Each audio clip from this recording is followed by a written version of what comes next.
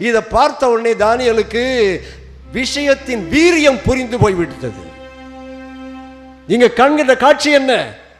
எருசலேம் தேவாலயத்தின் பரிசுத்த பாத்திரங்கள் எல்லாம் மதுபான கிண்ணங்களாய் மாறி இருக்கின்றன. மனுஷனுக்கு கோபம் வரணும் சார். இயேசு கிறிஸ்துவுக்கு எப்போ கோபம் வந்தது? தேவனுடைய ஆலயத்தை தீட்டுப்படுத்தின பொழுது கோபம் வந்தது. கர்த்தருடைய மகிமைக்கு எங்கே களங்கம் வருகிறதோ அப்ப ஒரு மனுஷனுக்கு கோபம் வரணும். அது ஆதீனமாக இருந்தாலும் சரி, எதுவாக இருந்தாலும் சரிதான். அப்படி வரலன்னா என்னுடைய பக்தி வீணான பக்தி. தேவனுடைய பரிசுத்த பொற்பாத்திரங்கள் மதுபான கிண்ணங்களாக மாறி போய் இருக்கின்றன. தேவனுக்கு கொடுக்கப்படுகிற காணிக்கைகள் கோர்ட்டுக்கும் வக்கீலுக்கும் ஃப்ளைட்டுக்கும் போகுதுன்னா ஒருத்தனுக்கு கோபம் வரணுமா வேண்டாமா? வரணும் சார். சிஎஸ்ஐ டிஏ பயனாளிகள் அனைவருக்கும் அன்பின் வாழ்த்துக்கள். அன்பானவர்களே, இந்த நாளில் ஒரு முக்கியமான ஒரு சம்பவத்தை பற்றி திருச்சபை மக்கள் புரிதலுக்காக பேச வேண்டிய ஒரு சூழ்நிலை. சிஎஸ்ஐடிஏ கம்பெனியின் சிஎஸ்ஐடிஏ கம்பெனியின் கிளைகள் மொத்தம் 24 கிளைகள். இந்த 24 கிளைகளில் தற்போது கோவை திருமண்டலத்தை நாங்கள் பிரித்தாச்சு. ஈரோடு சேலம் திருமண்டலம்னு சொல்லி ஒரு திருமண்டலத்தை உருவாக்கி இன்னைக்கு ஒரு கடந்த 1-2 வருடங்களாக பல்வேறு நிதி மோசடிகள், பல்வேறு மாபியா சிஎஸ்ஐ மாபியா கும்பல்கள் கொஞ்சம் பேர் என்ன பண்ணுறாங்கன்னா திருச்சபை மக்களையும் அரசாங்கத்தையும் ஏமாற்றி கொண்டு வருகிறாங்க. இது எல்லாருமே நம்ம கண்கூடாக பார்த்து கொண்டு இருக்கிறோம். இதில் ஒரு மிகவும் ஒரு மோசமான மிகவும் ஒரு வீடியோ நமக்கு வந்திருந்தது. அந்த வீடியோ பார்த்ததும் நானே ரொம்ப அதிர்ச்சி ஆயிட்டேன். ஏன்னா தென்னிந்திய திருச்சபையில் ஆயர்கள் நடத்துகிற மோசடிகளும் அவங்க செய்கிற லீலைகளும் அம்பலப்படுத்தி வருகிறோம். இந்த வரிசையில் சிஎஸ்ஐடிஏ கம்பெனியில் பிஎஃப் மற்றும் சம்பளம் வாங்குகிற சுவிசேஷ பணியாளர் குடிகாரன் வரிசையில் பார்த்தீங்கன்னா நிறைய பேர் இருக்காங்க, நிறைய ஆயர்கள் இருக்காங்க. ஜேக்கப் லிவிங்ஸ்டன், பிரின்ஸ் கால்வின், அப்படி ஒரு நிறைய ஆயர்கள் இருக்காங்க. அப்படியே இந்த வரிசையில் பார்த்தீங்கன்னா இந்த தரப்பட்டியலில் ஜேக்கப் லிவிங்ஸ்டன் மிகப்பெரிய ஒரு குடிகாரன் என்பது எல்லாருக்கும் தெரியும். ஏன்னா சாதாரணமாகவே மது போதையில் தான் அவர் இருப்பார். சமீபத்தில் நடந்த அந்த ஈரோடு சேலம் திருமண்டல பிரிப்புனாலும் சரி, எல்லா விஷயங்கள்லையும் நம்ம என்ன பண்ணுறோம், பார்த்துட்டு வரோம். மது போதையில் தான் ஆலயத்துக்கு வருவார், திருவிருந்து கொடுப்பாரு, இப்படிலாம் நடக்கும். இதில் ஜேக்கப் லிவிங்ஸ்டன் தரப்பினால பாதிக்கப்பட்ட ஒரு ஆயர் அவருடைய நய வஞ்சகத்தினால ஜேக்கப் லிவிங்ஸ்டன் சார்ந்த நபர்களால பழிவாங்கப்பட்ட, ஏமாற்றப்பட்ட, நயங்காட்டி ஏமாற்றப்பட்ட ஒரு ஆயர். அவர் வேற யாரும் இல்லை, எல்லாராலும் நல்லவர், வல்லவர், ஆண்டவருக்கு பயந்து ஊழியம் செய்கிற நபர் என்று மக்கள் மத்தியில் ஒரு பிரபலமான ஒரு ஆயர், காட்பிரே ஸ்டீவன். இந்த காட்பிரே ஸ்டீவன் பார்த்தீங்கன்னா இவருடைய தகப்பன் ஒரு ஆயரானால அந்த வாரிசு அப்படியே வர்றாங்க. நன்றாக ஊழியம் செய்து கொண்டிருந்தவர் தற்போது ஈரோடு பிரப் தேவாலயத்தில் ஆயரா பணிபுரிகிறாரு. இவர் எப்படி மோசடி நபர்கள் வலையில விழுந்தாருங்கிறது அவர்கிட்ட நம்ம கேட்டு தெரிஞ்சுக்கிட்ட விஷயங்கள் நிறைய இருந்தது. அப்போ இந்த வீடியோ போடும்போது அவர்கிட்ட நம்ம கேட்கணும் இல்லையா, ஐயா ஒரு வீடியோ அப்படியே வந்திருக்கு சார், உங்களுக்கு ஒரு வீடியோ வந்திருக்குது, அப்போ இந்த வீடியோ இதில் உண்மைத்தன்மை என்னன்னு சொல்லி அப்போ அதில் விளக்கம் கேட்கும்போது அதிர்ச்சியூட்டும் தகவல்களும் நமக்கு ஜீரணிக்க முடியாத தகவல்களையும் அவர் வெளிப்படுத்தினார். இதுல ஜேக்கப் லிவிங்ஸ்டன் சார்ந்த அணி, அந்த குடிகார கும்பல், அந்த மது பிரியனும் மதுபானத்துக்கு அடிமையான அந்த ஜேக்கபீன்ஸனுடைய தரப்பு வந்து பார்த்தீங்கன்னா மிக மோசமான ஒரு ஆயுதத்தை கையில் எடுத்திருக்காங்க. ஏன்னா பிரபு தேவாலயத்திலும் சரி, தென்னிந்திய திருச்சபையிலையும் சரி, காட்பிரே ஸ்டீபன் மீது, காட்பிரே ஸ்டீபன் அவர்கள் மீது நிறைய பேருக்கு நல்ல ஒரு ஒப்பீனியன் உண்டு, நல்ல ஒரு மரியாதைகள் உண்டு. ஆனா இந்த மரியாதைகளும் நல்ல ஒப்பீனியனும் கடவுள் பயந்த மனுஷங்கிறதெல்லாம் பார்த்தீங்கன்னா இந்த ஒரு வீடியோவால தவிடு பொடி ஆயிடுச்சு. ஏன் இந்த ஒரு வீடியோ தவிடு பொடியாச்சுன்னு நம்ம அதை பற்றி யோசிக்கும் போது, இந்த காட்பிரே ஸ்டீவன் அவர்கள் எப்படி நயங்காட்டப்பட்ட இந்த வலையில் விழுந்தாருன்னு கேள்விப்படும் போது ரொம்ப அதிர்ச்சியா இருந்தது. இதுல முக்கியமா இவருக்கு வந்து பிரபு தேவாலயத்துல வந்து மிகப்பெரிய ஒரு நல்ல மதிப்பு இருந்தது. ஏன்னா இவரை வெளியேற்றுவதற்கு பல்வேறு திட்டங்கள்லாம் வகுக்கப்பட்டது. ஏன்னா இந்த ஜேக்கப் லிவிங்ஸ்டன் இந்த தேவாலயத்துல பல கோடிகளை நிதி மோசடி செஞ்சிருக்கிறாரு. இதுக்கு சப்போர்ட் ஆனது கொர்னலிஸ், அப்புறம் ஆயர் ரெவரண்ட் கெவின், இப்படி நிறைய பேர் இருக்கிறாங்க இந்த வரிசையில. அப்போ இந்த பிரபு தேவாலயத்திற்கு ஆயரா வருவது யார் என்ற போட்டிகள் சமீப காலமா பெரும் போட்டிகள் அங்க நடக்குது. அந்த போட்டியில நான் சற்றும் தலைச்சவன் இல்லைன்னு சொல்லி ஆயர் வில்சன் குமார் இப்ப அங்க போயிருக்கிறாரு. அவர் ஒரு போலி ஆர்டர் வச்சுக்கிட்டு, சந்திரசேகரன் முன்னாடி பிஷப்பா இருந்தாரு, அவர் எனக்கு ஒரு ஆர்டர் கொடுத்துருக்காருன்னு சொல்லி ஒரு போலி ஆர்டரை காமிச்சு என்ன பண்றாரு, அவர் அங்க சார்ஜ் எடுக்கிறாரு. இப்படி அந்த சிஎஸ்ஐ திருச்சபையில, சிஎஸ்ஐ இந்த போலி நிர்வாகத்துல இப்படிப்பட்ட இந்த கும்பல், இந்த மாபியா கும்பல் என்ன பண்றாங்க, மக்களை ஏமாற்றி பல்வேறு முறைகேடுகளை செய்து கொண்டு வருவது தெளிவா தெரியுது. ஆர்டிஓ விசாரணை போடுறாங்க. அப்படி ஏன் இந்த முறைகேடுகள், முரண்பாடுகள்? அப்போ இந்த பதவியை பிடிக்கிறதுக்கு அந்த பிரப் தேவாலயத்துல தங்களுடைய வேலையில தக்க வைப்பதற்குண்டான நாடக அரசியல், நாடக மேடைகள் தான் இந்த காட்பிரே ஸ்டீவன் எப்படி இப்போ ஒன்றுல ஆதாம் ஏவாள் காலத்துல வந்து அந்த சர்ப்பம் சாத்தான் எப்படி ஏவாளை வஞ்சிச்சதோ அதே போலதான் காட்பிரே ஸ்டீவனையும் இந்த சாத்தான் வஞ்சிச்சாங்கிறது தெளிவா இருக்குது. இதுக்கு ஜேக்கப் லிவிங்ஸ்டன் டீம் வந்து கையில் எடுத்த சாத்தான் யாருன்னு பாத்தீங்கன்னா சாந்தகுமார். இந்த சாந்தகுமார் யாருன்னா திங்களூர் தேவாலயத்துல இருக்கிற ஒரு உறுப்பினர். இந்த சாந்தகுமார் மீது பல்வேறு நிதி மோசடிகளும் ஊழல் வழக்குகளும் ஊழல் குற்றச்சாட்டுகளுக்கும் ஆளான ஒரு நபர். பார்க்க ஒன்னும் தெரியாத மாதிரி இருப்பாரு. இவர் எதிராளிகளை எப்படி போய் கையில் எடுப்பாருங்கிறதெல்லாம் இந்த வீடியோ நீங்க தெளிவா பாருங்க. இந்த சாந்தகுமார் வந்து சமீபத்துல ஒரு பெண்ணுக்கு என்ன பண்ணாங்கன்னா, அவங்க ஆர்சி சபையை சேர்ந்தவங்க, உனக்கு டீச்சர் வேலை வாங்கி தர்றேன்னு சொல்லி இந்த ஜேக்கப் லிவிங்ஸ்டனும் இந்த சாந்தகுமார் திட்டம் போட்டு 4 லட்சம் ரூபாய் ஏமாத்தி இருக்கிறாங்க.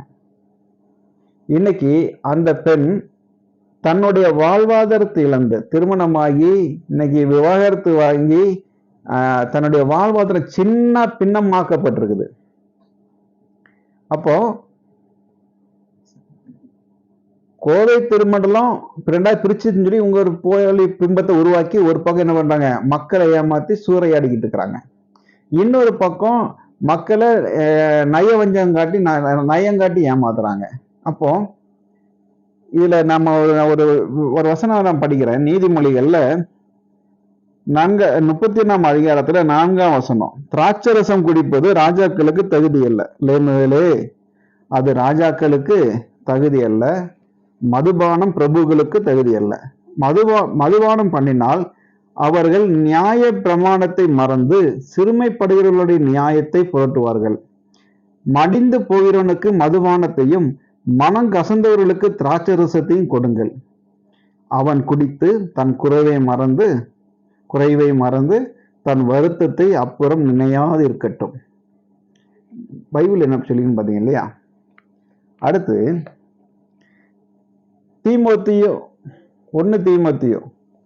1 முதல் 7 வசனம் வரைக்கும் படிச்சீங்கன்னா அதுலயும் நிறைய இந்த மதுபானத்தை பத்தின மேற்கோள் காட்டப்பட்டிருக்கு.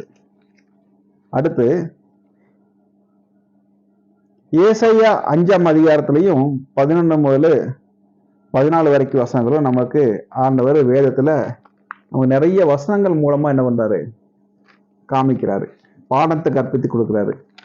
ஆனா இன்னைக்கு நம்ம சுய லாபங்களுக்காக சுயநலங்களுக்காக என்ன பண்றோம், இந்த சாத்தான்கள்ட்ட என்ன பண்றோம், போய் நம்ம விலை போயிடுறோம். அப்போ நம்ம ஞானமா இருக்கணும்.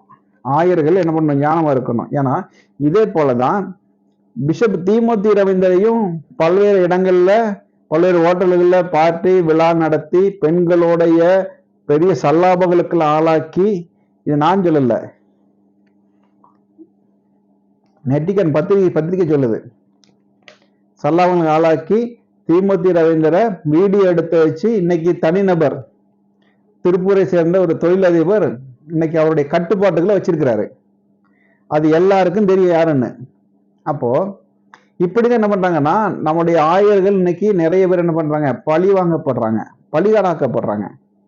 அந்த வரிசையில காட்ப்ரே ஸ்டீபனும் இன்னைக்கு என்ன பண்ணல, தப்பி போக முடியாம திணறி இந்த மாபியா கும்பல்கிட்ட மதுபானம் அருந்த வைக்க அதை குடிப்பதற்கு தன்னை மாற்றிக்கொள்ள வேண்டிய சூழ்நிலைக்கு தள்ளப்பட்டிருக்கிறார்.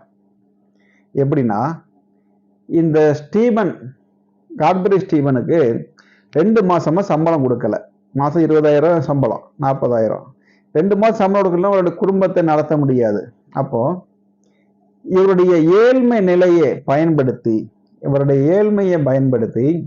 யாரு தூது அனுப்புறாரு, ஜேக்கப் லிவிங்ஸ்டன் சாந்தகுமாருக்கு தூது அனுப்புறாரு. அவர் மூலம் என்ன சொல்றாங்கன்னா,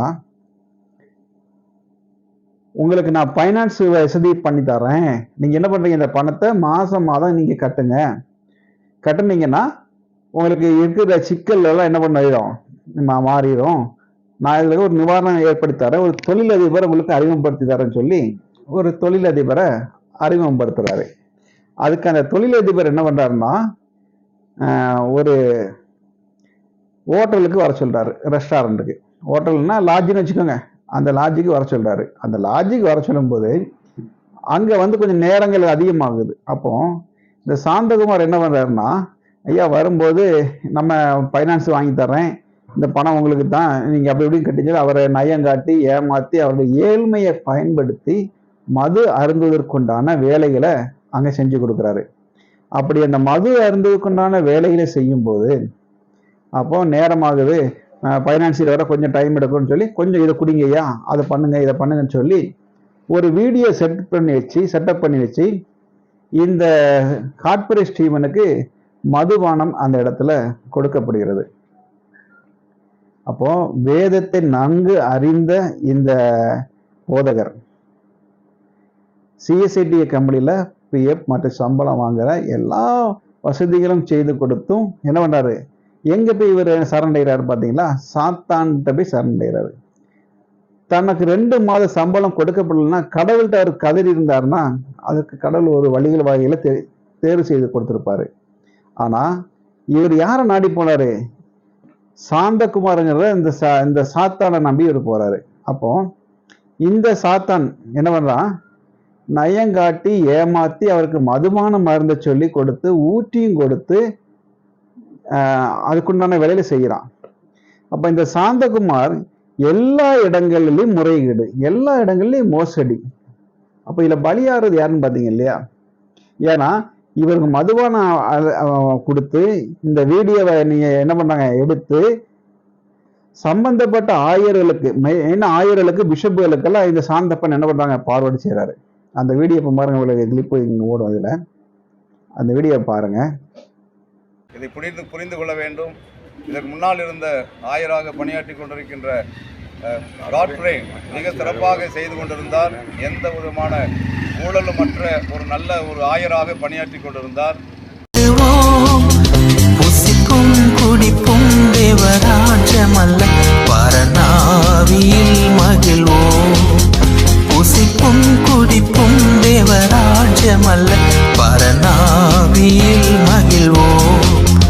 பரநாவியில் மகிழ்வோம். ஆராயத்தை கையில எடுக்கிறன்னா நீ சாபத்தை கையில எடுக்கிறன்னு அர்த்தம்.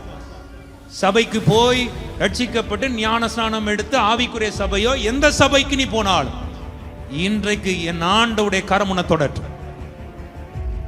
சாராயத்தை மதுபானத்தை என் ஆண்டவர் அருவருக்கிற.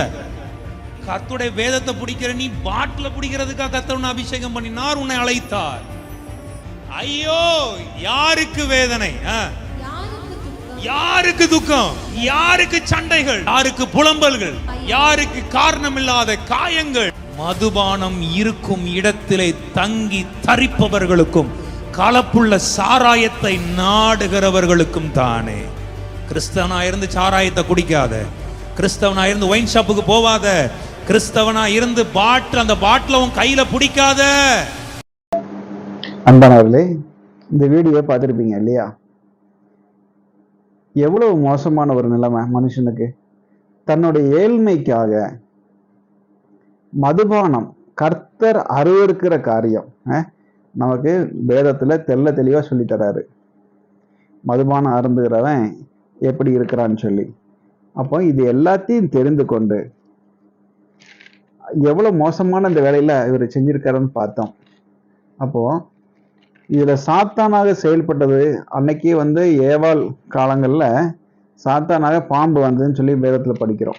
இங்க சாத்தானாக யார் வந்தான்னா சாந்தகுமார் என்ற சனியன், அப்படிதான் நம்ம சொல்லணும். இந்த சாந்தகுமார் தான் சாத்தான் உருவத்தில் அங்க இந்த போதகருக்கு மது அருந்துவதற்குண்டான வேலையில செஞ்சு கொடுக்குறாரு. அப்போ இது ஏன் சொல்றோம்னா, இந்த தெரிஞ்ச திருச்சபை மக்கள் எச்சரிக்கையாக இருக்கணும்.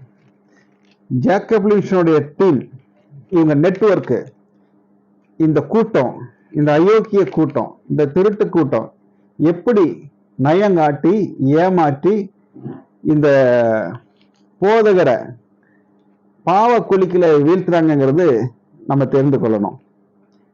11ஆம் அதிகாரத்தில் ஏசாயா 4, ஏசாயா 5ஆம் அதிகாரம் 11ஆம் வசனத்துல பாருங்க.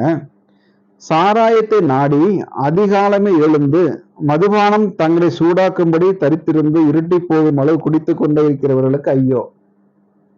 இது இந்த போதகருக்கு, இந்த ரெவரண்டுக்கு நல்லாவே தெரியும். மதுபானம் அருந்ததுனால நமக்கு வேதத்தில் என்னென்ன சொல்லி கொடுத்துருக்குன்னு சொல்லி.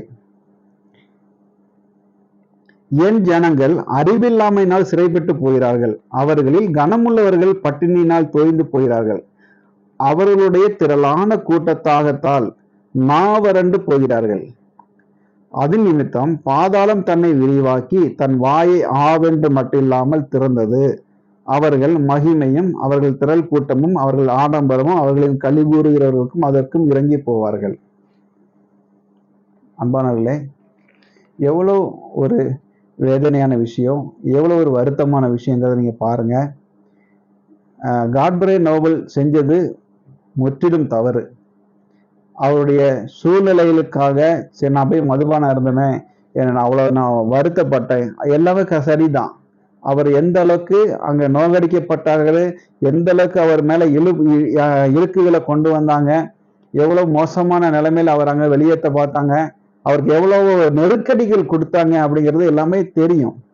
ஆனால் தெரிந்தும் தன்னுடைய ஏழ்மை, ஏன்னா அவரை 2 மாசம் சம்பளம் கொடுக்கலன்னா அவருடைய சாப்பாட்டுக்கு வழி இல்லாம போயிருங்கிறதெல்லாம் கிடையாது. ஏதோ ஒரு வழியில ஏதோ ஒரு மக்கள் என்ன பண்ணாங்க, அவருடைய தேவையை சந்திப்பாங்க, கடவுள் சந்திக்க வைப்பாரு. அப்படி இருந்தும் மனுஷனை நம்பி போனதுனாலதான் இன்னைக்கு அவருக்கு மிகப்பெரிய ஒரு இழுக்கு ஏற்பட்டிருக்குது. வெள்ளை அங்கி போட்டுக்கொண்டு ஊழியம் செய்வதற்கு தகுதி இல்லாத நபராக இருக்கிறார். இவருடைய கரங்களில் இருந்து திருவிருந்து எடுப்பவர்களுக்கு ஐயோ. அதே போல குடிகாரன் ஜேக்கப் லூயிஸனையும் ஆயராக வைத்துக் கொண்டு தேவாலயங்களிலே வலம் வருகிற நபர்களுக்கும் ஐயோ என்பதை இந்த பதிவின் மூலம் தெரிவித்துக் கொள்கிறேன். நீங்கள் ஜேக்கப் லூயிஸனை வளர்த்து மிகப்பெரிய ஒரு தலைவனாக நீங்கள் நினைத்து தொகுந்து நடந்தால், இந்த ஜேக்கப் லூயிஸன் குடும்பத்தோடு இருக்கிற அந்த கூட்டத்தோடு இருக்கிற ஒவ்வொரு நபர்களுக்கும் இந்த சாபம் உங்களை அண்டிக் கொள்ளும் என்பதை நீங்கள் தெரிந்து கொள்ள வேண்டும். அன்பானவர்களே, குடிகாரர்களால் நம்முடைய திருச்சபை எப்படி வஞ்சிக்கப்படுகிறது, எப்படி ஏமாற்றப்படுகிறது என்பதை இந்த வீடியோ கிளிப்ல நீங்க பார்த்துருப்பீங்க. அப்போ ஒரு நல்ல போதகனாக, நல்ல சமத்தனாக, நல்ல ஒரு சமாரியனாக, நல்ல ஒரு மேய்ப்பனாக, மந்தையை மேய்க்க வேண்டியவனே இப்படி மதுபான போதைகளுக்கு அடிமையாகி, மது போதைகளுக்கு அந்த மதுவிலே என்னுடைய வருத்தங்களை நான் மறைத்து கொள்ளும் என்று நினைப்பது ஒரு மிகப்பெரிய முட்டாள்தனம். ஜேக்கப் லிஸ்டும் அதே லிஸ்ட் தான். ஏற்கனவே இந்த மது போதையினால 2 கொலைகளை செய்த ஒரு நபர், 2 பேர் மரணத்திற்கு காரணமான நபர். அப்போ மரணத்தோடும் பாவத்தோடும் பல்வேறு இக்கட்டான தீய எண்ணங்களோடும் தீய சிந்தனையோடும் இருக்கிற இந்த ஜேக்கப் லிவிங்ஸ்டனும் காட்பிரைன் ஸ்டீபனும் இப்படி இதே போல நிறைய ஆயர்கள் இருக்காங்க. இவர்களை கொண்டு இந்த தென்னிந்திய திருச்சபையில் மக்களுக்கு, அடுத்த சந்ததிகளுக்கு, இளம் தலைமுறையினருக்கு ஒரு எடுத்துக்காட்டாக ரோல் மாடலாக வாழ்ந்து காமிக்க வேண்டிய இவர்களை தரிகட்டு நடந்தால் எப்படி கிறிஸ்தவர்களாக மாறுவார்கள்? கிறிஸ்தவம் எப்படி வளர்க்கப்படும்? கிறிஸ்தவை எப்படி இவர்கள் வெளிப்படுத்துவார்கள்? ஒரு கூட்ட ஜனங்கள் இந்த மோசடி கும்பலை எப்படி நீங்கள் நம்பி இவரோடு நீங்கள் பயணிக்கிறீர்கள் என்பது மிகவும் வருத்தமான விஷயம், வேதனையான விஷயம். அன்பானவர்களே, இப்படிப்பட்ட மனுஷனை நயங்காட்டி, மனுஷனை பிரியப்படுத்தி, மனுஷனுடைய முகஸ்துதி பாடி தயவு செய்து நீங்கள் நடக்காதீர்கள். இது உங்களுக்கு மிகப்பெரிய அவமானத்தையும் உங்கள் குடும்பத்திலே சாபங்களையும் கொண்டு வந்து சேர்க்கும். நீங்க எல்லாம் நினைக்கலாம், இன்னைக்கு இருக்கிற நிலைமைக்கு ஜேக்கப் லிவிங்ஸ்டன் எனக்கு வேணும், காட்பிரைன் வேணும், அப்புறம் எனக்கு பிஷப் வேணும், இப்படி நீங்க நினைச்சீங்கன்னு சொன்னா உங்களுக்கு கடவுள் ஆண்டவர் இயேசு கிறிஸ்துவை நீங்க காண முடியாது. அவருடைய அன்பை நீங்கள் காண முடியாது. உங்களுடைய எதிர்காலங்கள் கேள்விக்குறியாகிவிடும். நியாய தீர்ப்புல நீங்கள் நிர்மூலமாக்கப்படுவீர்கள். உங்களை என்ன பண்ணுவாங்க, நிர்விசாரணையில நீங்க ஒன்றுமில்லாதவர்களாக போய்விடுவீங்க.